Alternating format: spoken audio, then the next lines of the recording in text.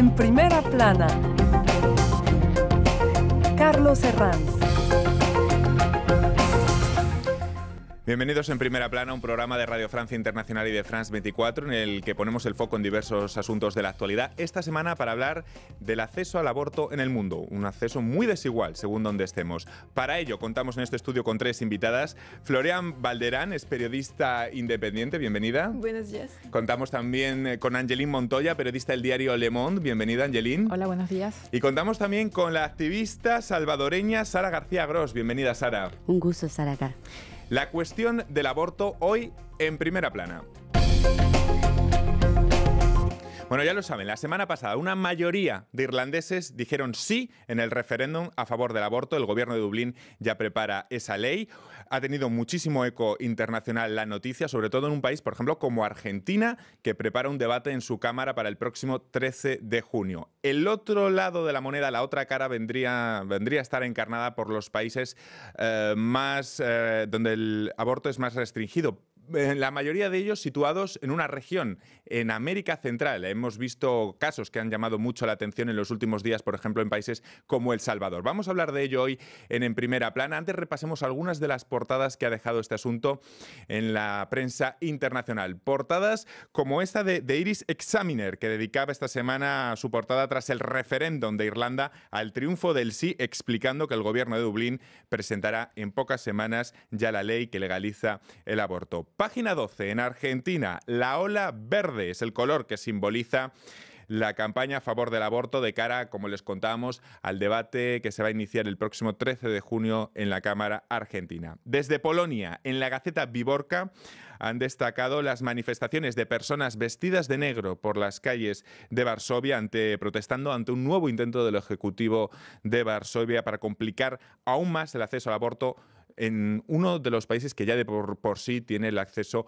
más complicado. Florian, ¿qué repercusiones, empecemos por la actualidad, qué repercusiones puede tener ese referéndum en Irlanda, ese sí de los irlandeses al aborto a nivel internacional?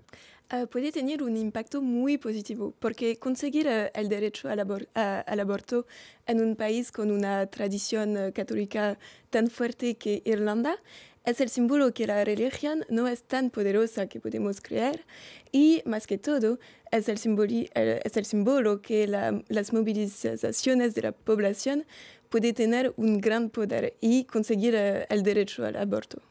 Angeline fue corresponsal en Argentina, conoce bien el caso argentino. El próximo 13 de junio debatirán en la Cámara esta cuestión. No sé si el efecto irlandés puede trasladarse a Argentina de cierta forma. Sí, yo creo, o sea, la lucha por el derecho al aborto en Argentina ya tiene muchos años, pero este acontecimiento claramente puede llegar a tener alguna especie de impacto, no sé si definitorio, digamos, de lo que vaya a pasar el 13 de junio, pero por supuesto es un ejemplo muy importante que van a usar las militantes por el derecho al aborto, justamente viniendo de un país católico hacia otro país católico de donde viene el Papa Francisco. Porque están las cosas muy igualadas en Argentina.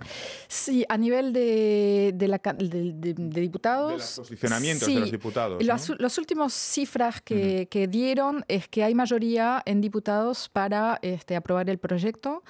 Todavía hay bastante gente indecisa, pero bueno, hay buena esperanza de que los diputados y las diputadas sí lo aprueben. Después va a ser otro cantar en el Senado, donde ahí puede llegar a ser mucho más reñido. En la otra cara de la moneda viene a estar encarnada por los países más prohibicionistas, entre ellos, varios de ellos situados en la región de América Central. Hablamos de Honduras, hablamos también de su país, de El Salvador, que en los últimos tiempos ha tenido casos muy llamativos de condenadas, creo 2 mujeres, incluso a 30 años de prisión. Sara. Sí, Centroamérica es una de las regiones del mundo que sigue penalizando de manera absoluta el aborto, sigue generando condiciones de desigualdad, de criminalización y de violencia contra las mujeres. Específicamente El Salvador, Nicaragua y Honduras tienen estas leyes en donde no se permite ni siquiera en los casos para salvar la vida de las mujeres el aborto.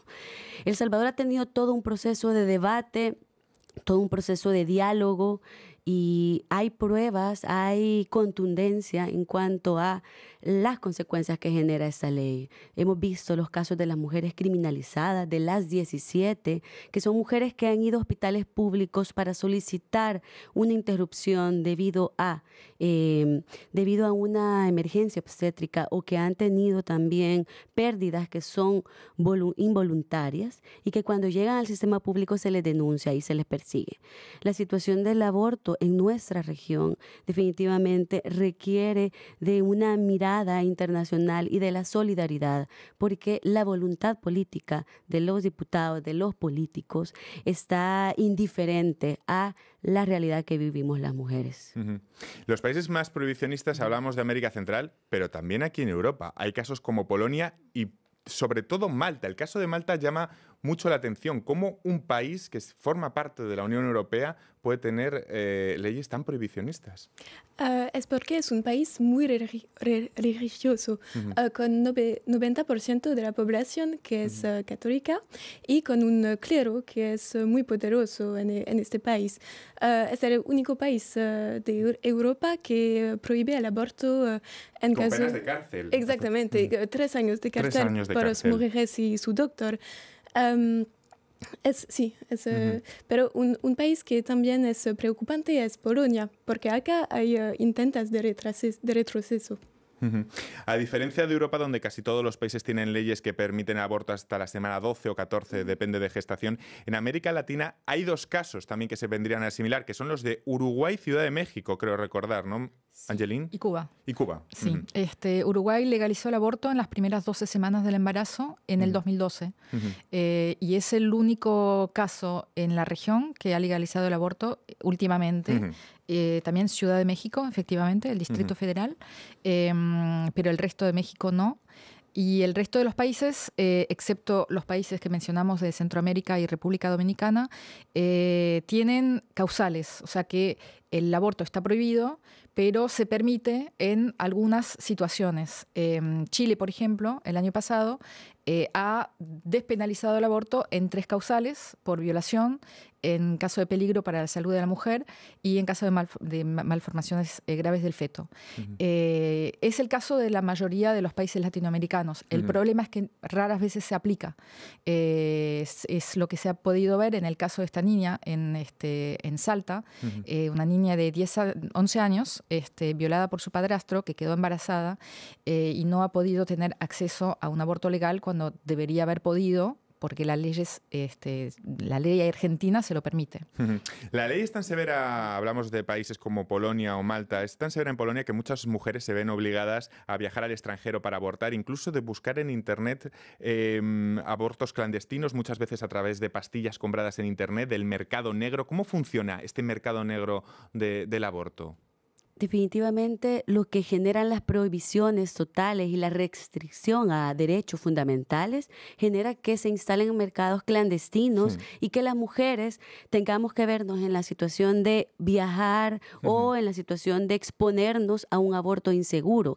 Y en los peores de los casos, como pasa en nuestra región centroamericana y en otros países del mundo, pues también se ve enfrentada al camino de la cárcel o al camino de morir por no tener acceso a un aborto legal, un aborto seguro. Entonces, definitivamente los países que penalizan totalmente el aborto, pues lo que están haciendo es sostener una doble moral, porque por un lado se está restringiendo, pero por otro se está generando un mercado que le permite solamente acceder a aquellas que sí tienen recursos económicos, que sí tienen información, que sí tienen las posibilidades. Y esto es sumamente injusto y profundiza toda la brecha de desigualdad social en nuestros países.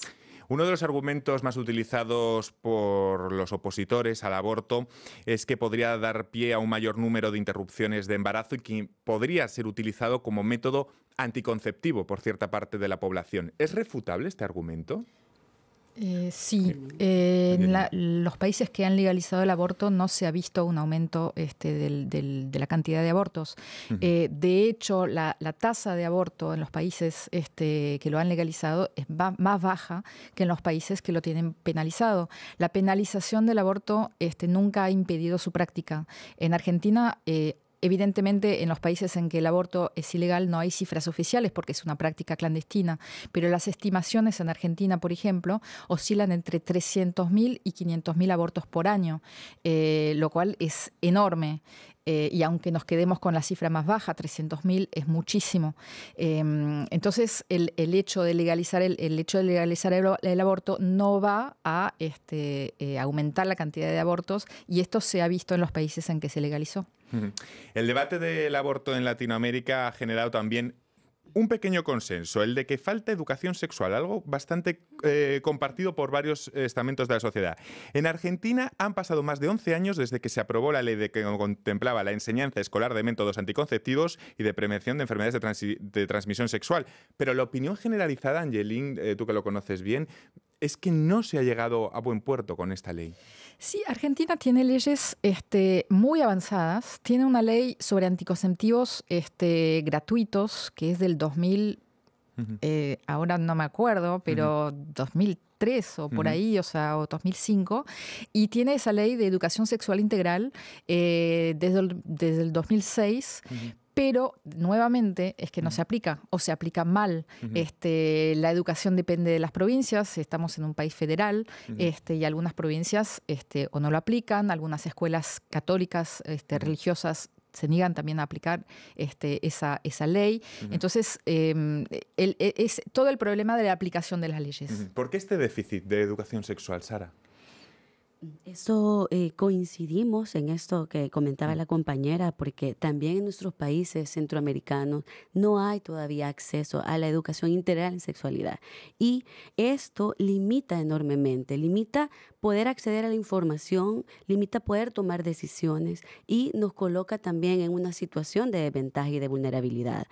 Hay esta ausencia, a mi parecer, debido a esta presencia de grupos fundamentalistas, que son grupos muy conservadores, que están ligados a la jerarquía católica, al Opus Dei, como a estas visiones en donde tratan esa temática desde un reduccionismo y hacen una serie de incidencia en diferentes espacios, ¿verdad?, ministeriales, gubernamentales, lo cual no permite que se instale a nivel de política pública que es un derecho humano, el derecho al acceso a la información, el derecho a la educación integral en sexualidad.